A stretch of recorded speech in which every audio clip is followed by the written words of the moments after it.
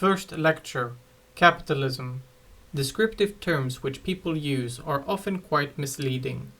In talking about modern captains of industry and leaders of big business, for instance, they call a man a chocolate king, or a cotton king, or an automobile king. Their use of such terminology implies that they see partially no difference between the modern heads of industry and those feudal kings, dukes or lords of earlier days. But the difference is in fact very great, for a chocolate king does not rule at all, he serves. He does not reign over conquered territory, independent of the market, independent of his customers. The chocolate king, or the steel king, or the automobile king, or any other king of modern industry, depends on the industry he operates and on the customers he serves. This king must stay in the good grace of his subjects, the consumers. He loses his kingdom as soon as he is no longer in a position to give his customers better service and provide it at lower cost than others with whom he must compete. 200 years ago, before the advent of capitalism, a man's social status was fixed from the beginning to the end of his life. He inherited it from his ancestors, and it never changed. If he was born poor, he always remained poor, and if he was born rich, a lord or a duke, he kept his dukedom and the property that went with it for the rest of his life. As for manufacturing, the primitive processing industries of those days existed almost exclusively for the benefit of the wealthy. Most of the people, 90% or more of the European population, worked the land and did not come in contact with the city-ordained processing industries. This rigid system of feudal society prevailed in the most developed areas of Europe for many hundreds of years. However, as the rural population expanded, there developed a surplus of people on the land. For this surplus of population, without inherited land or estates, there was not enough to do, nor was it possible for them to work in the processing industries. The kings or the cities denied them access. The numbers of these outcasts continued to grow, and still no one knew what to do with them. They were, in the full sense of the word, proletarians, outcasts, whom the government could only put into the workhouse or the poorhouse. In some sections of Europe, especially in the Netherlands and in England, they became so numerous that by the 18th century they were a real menace to the preservation of the prevailing social system. Today, in discussing similar conditions in places like India or other developing countries, we must never forget that in 18th century England, conditions were much worse. At that time, England had a population of 6 or 7 million people. But of those 6 or 7 million people, more than 1 million, probably 2 million, were simply poor outcasts for whom the existing social system made no provision.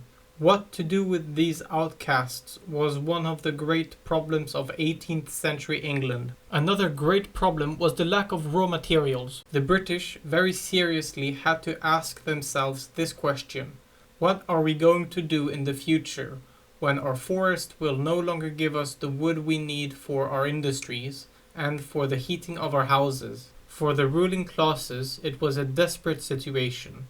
The statesmen did not know what to do, and the ruling gentry were absolutely without any ideas on how to improve conditions.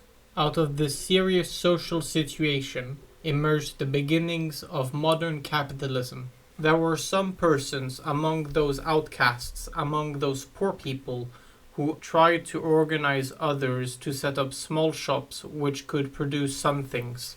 This was an innovation. These innovators did not produce expensive goods, suitable only for the upper classes. They produced cheaper products for everyone's needs. And this was the origin of capitalism as it operates today. It was the beginning of mass production, the fundamental principle of capitalistic industry. Whereas the old processing industries serving the rich people in the cities had existed almost exclusively for the demands of the upper classes, the new capitalist industries began to produce things that could be purchased by the general population. It was mass production to satisfy the needs of the masses. This is the fundamental principle of capitalism as it exists today. In all those countries in which there is a highly developed system of mass production, big business, the target of the most fantastic attacks by the so-called leftists, produce almost exclusively to satisfy the wants of the masses. Enterprises producing luxury goods solely for the well-to-do can never attain the magnitude of big businesses, and today it is the people who work in large factories who are the main customers of the products made in those factories. This is the fundamental difference between the capitalistic principles of production and the feudalistic principles of the preceding ages. When people assume or claim that there is a difference between the producers and the consumers of the products of big businesses, they are badly mistaken. In American department stores, you hear the slogan, "The customer is always right." And this customer is the man who produces in the factory those things which are sold in the department stores. The people who think that the power of big business is enormous are mistaken also, since big business depends entirely on the patronage of those who buy its products. The biggest enterprise loses its power and its influence when it loses its customers. 50 or 60 years ago, it was said in almost all capitalist countries that the railroad companies were too big and too powerful. They had a monopoly. It was impossible to compete with them. It was alleged that in the field of transportation, capitalism had already reached a stage at which it had destroyed itself, for it had eliminated competition. What people overlooked was the fact that the power of the railroads depended on their ability to serve people better than any other method of transportation. Of course, it would have been ridiculous to compete with one of these big railroad companies by building another railroad parallel to the old line, since the old line was sufficient to serve existing needs. But very soon there came another competitor. Freedom of competition does not mean that you can succeed simply by imitating or copying precisely what someone else has done. Freedom of the press does not mean that you have the right to copy whatever another man has written and thus to acquire the success which this other man has duly merited on account of his achievements. It means that you have the right to write something different. Freedom of competition concerning railroads, for example, means that you are free to invent something, to do something which will challenge the railroads and place them in a very precarious competitive situation. In the United States, the competition to the railroads in the form of buses, automobiles, trucks, and airplanes has caused the railroads to suffer and to be almost completely defeated as far as passenger transportation is concerned. The development of capitalism consists in everyone's having the right to serve the customer better and or more cheaply. And this method, this principle, has within a comparatively short time transformed the whole world. It has made possible an unprecedented increase in the world population. In 18th century England, the land could support only 6 million people at a very low standard of living. Today, more than 50 million people enjoy a much higher standard of living than even the rich enjoyed during the 18th century. And today's standard of living in England would probably be still higher had not a great deal of the energy of the British been wasted in what were, from various points of view, avoidable political and military adventures. These are the facts about capitalism. Thus, if an Englishman, or for that matter, any other man in any country of the world, says today to his friends that he is opposed to capitalism, there is a wonderful way to answer him. You know that the population of this planet is now 10 times greater than it was the age preceding capitalism. You know that all men today enjoy a higher standard of living than your ancestors did before the age of capitalism. But how do you know that you are the 1 out of 10 who would have lived in the absence of capitalism? The mere fact that you are alive today is proof that capitalism has succeeded. whether or not you consider your life very valuable. In spite of all its benefits, capitalism has been furiously attacked and criticized. It is necessary that we understand the origin of this antipathy. It is a fact that the hatred of capitalism originated not with the masses, not among the workers themselves, but among the landed aristocracy, the gentry, the nobility of England and the European continent. They blamed capitalism for something that was not very pleasant for them. At the beginning of the 19th century, the higher wages paid by industry to its workers forced the landed gentry to pay equally higher wages to their agricultural workers. The aristocracy attacked the industries by criticizing the standard of living of the masses of the workers. Of course, from our point of view, the workers' standard of living was extremely low. Conditions under early capitalism were absolutely shocking, but not because the newly developed capitalistic industries had harmed the workers. The people hired to work in factories had already been existing at a virtually subhuman level. The famous old story repeated hundreds of times that the factories employed women and children, and that these women and children before they were working in factories had lived under satisfactory conditions, is one of the greatest falsehoods of history. The mothers who worked in the factories had nothing to cook with. They did not leave their homes and their kitchens to go into the factories. They went into the factories because they had no kitchens, and if they had a kitchen, they had no food to cook in those kitchens. And the children did not come from comfortable nurseries. They were starving and dying, and all the talk about the so-called unspeakable horror of early capitalism can be refuted by a single statistic.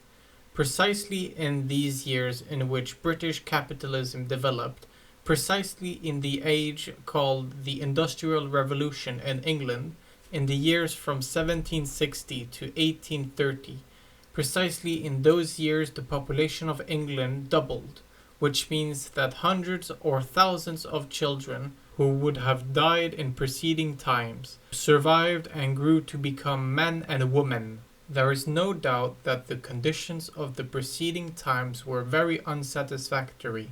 It was capitalist business that improved them. It was precisely those early factories that provided for the needs of their workers, either directly or indirectly by exporting products and importing food and raw materials from other countries. Again and again, the early historians of capitalism have, one can hardly use a milder word, falsified history. One anecdote they used to tell, quite possibly invented, involved Benjamin Franklin. According to the story, Ben Franklin visited a cotton mill in England, and the owner of the mill told him, full of pride, "Look, here are cotton goods for Hungary." Benjamin Franklin, looking around seeing that the workers were shabbily dressed, said, "Why don't you produce also for your own workers?" But those exports of which the owner of the mill spoke really meant that he did produce for his own workers, because England had to import all its raw materials. There was no cotton either in England or in continental Europe. There was a shortage of food in England, and food had to be imported from Poland, from Russia, from Hungary. These exports were the payment for the imports of the food which made the survival of the British population possible. Many examples from the history of those ages will show the attitude of the gentry and aristocracy towards the workers. I want to cite only two examples. One is the famous British Spinhamlin system. By this system, the British government paid all workers who did not get the minimum wage, determined by the government, the difference between the wages they received and the minimum wage. This saved the land aristocracy the trouble of paying higher wages. The gentry would pay the traditionally low agricultural wage, and the government would supplement it, thus keeping workers from leaving rural occupations to seek urban factory employment. 80 years later, after capitalism's expansion from England to continental Europe, the landed aristocracy again reacted against the new production system. In Germany, the Prussian Junkers, having lost many workers to the higher paying capitalist industries, invented a special term for the problem. Fight from the countryside, Landflucht. And in the German parliament they discussed what might be done against this evil, as it was seen from the point of view of the landed aristocracy. Prince Bismarck, the famous chancellor of the German Reich, in a speech one day said, "I met a man in Berlin who once had worked on my estate, and I asked this man, 'Why did you leave the estate? Why did you go away from the country? Why are you now living in Berlin?' And according to Bismarck, this man answered, 'You don't have such a nice Biergarten in the village as we have here in Berlin, where you can sit, drink beer and listen to music.'" This is of course a story told from the point of view of Prince Bismarck, the employer. It was not the point of view of all his employees. They went into industry because industry paid them higher wages and raised their standard of living to an unprecedented degree. Today, in the capitalist countries, there is relatively little difference between the basic life of the so-called higher and lower classes. Both have food, clothing, and shelter. But in the 18th century and earlier, the difference between the man of the middle class and the man of the lower class was that the man of the middle class had shoes and the man of the lower class did not have shoes. In the United States today, the difference between a rich man and a poor man means very often only the difference between a Cadillac and a Chevrolet. The Chevrolet may be bought second-hand, but basically it renders the same service to its owner. He too can drive from one point to another. More than 50% of the people in the United States are living in houses and apartments they own themselves. The attacks against capitalism, especially with respect to the higher wage rates, start from the false assumption that wages are ultimately paid by the people who are different from those who are employed in the factories. Now, it is alright for economists and for students of economic theories to distinguish between the worker and the consumer and to make a distinction between them. But the fact is that every consumer must in some way or another earn the money he spends, and the immense majority of the consumers are precisely the same people who work as employees in the enterprises that produces the things which they consume.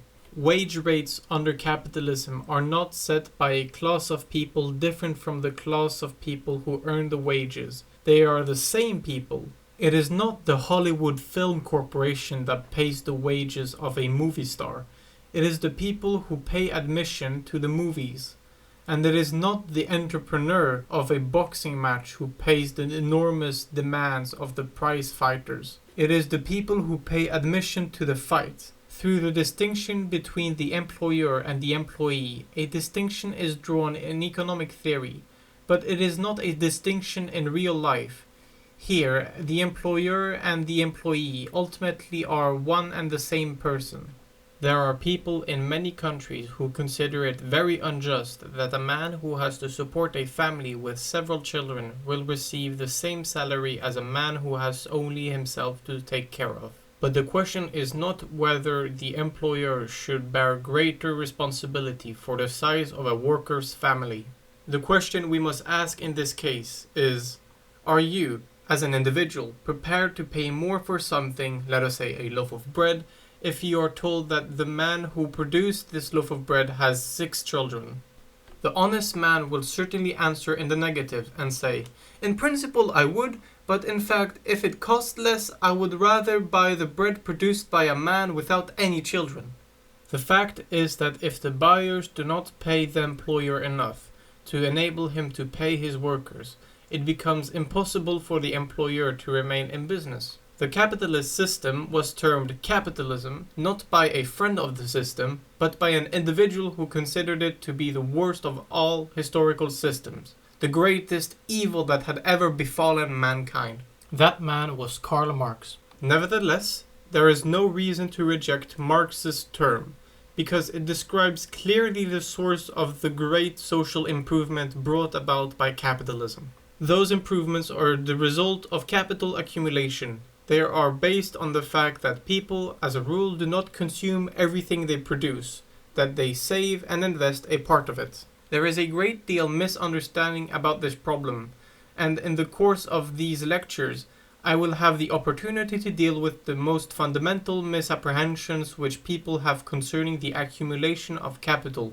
the use of capital, and the universal advantages to be gained from such use. I will deal with capitalism particularly in my lectures about foreign investment and about that most critical problem of present-day politics, inflation. You know, of course, that inflation exists not only in this country. It is a problem all over the world today. An often unrealized fact about capitalism is this: savings means benefits for all those who are anxious to produce or to earn wages. When a man has accrued a certain amount of money, let us say $1,000, and instead of spending it, entrusts these dollars to a savings bank or an insurance company, the money goes into the hands of an entrepreneur, a businessman, enabling him to go out and embark on a project which could not have been embarked on yesterday, because the required capital was unavailable. What will the businessman do with the additional capital?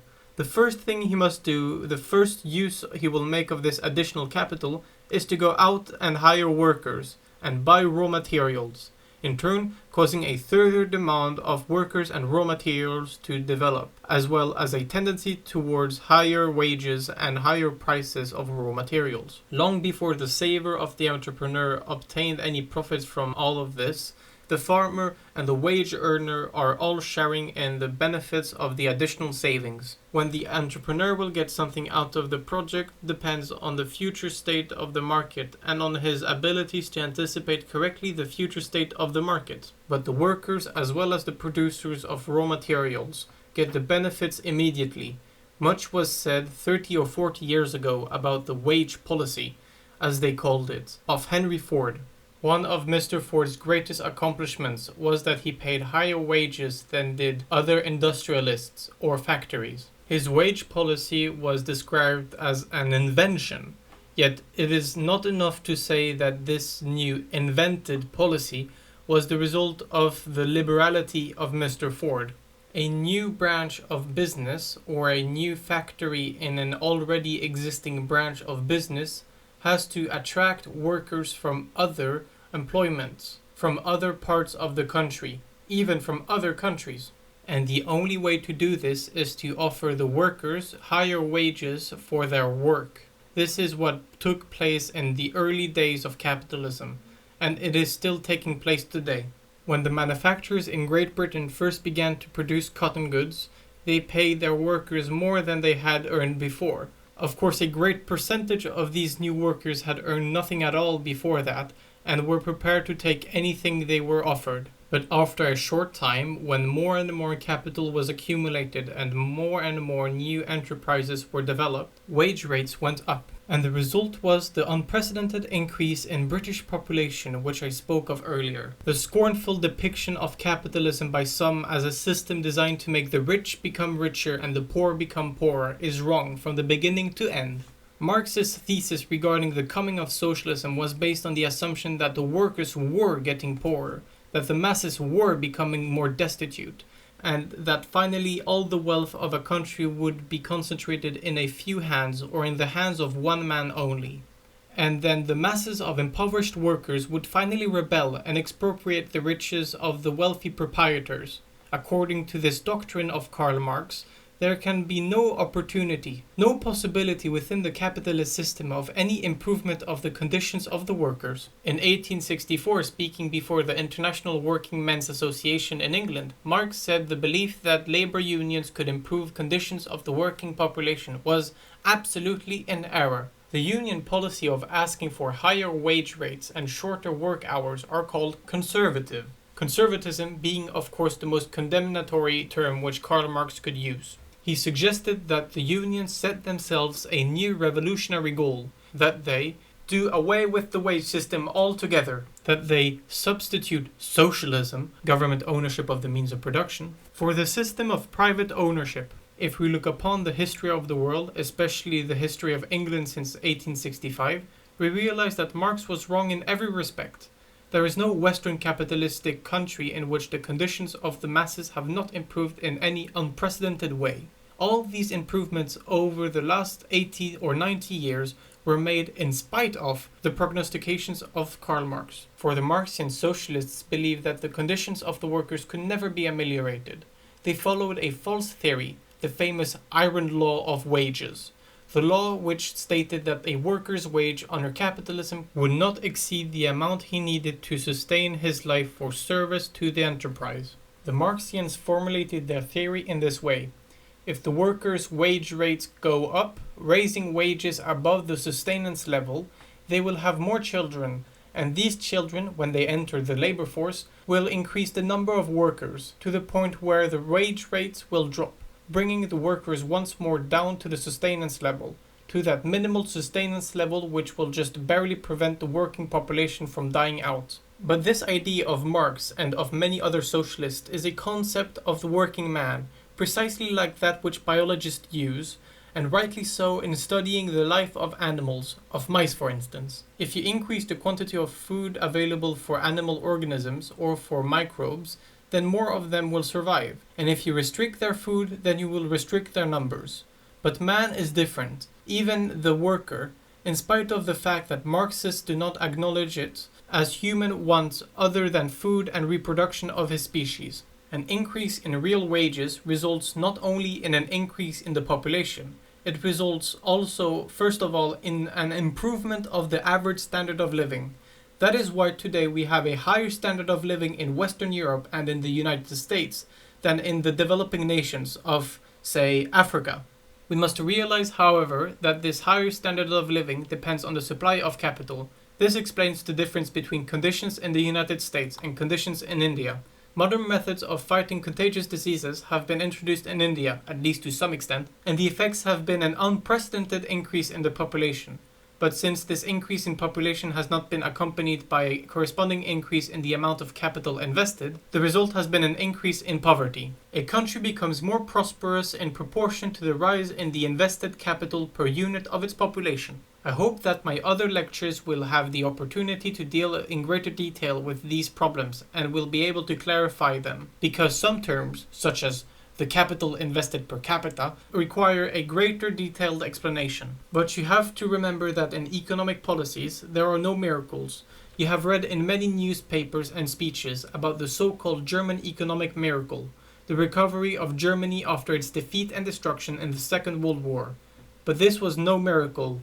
It was the application of the principles of the free market economy, of the methods of capitalism, even though they were not applied completely in all respects. Every country can experience the same miracle of economic recovery, although I must insist that economic recovery does not come from a miracle. It comes from the adaptation of, and it is the result of, sound economic policies.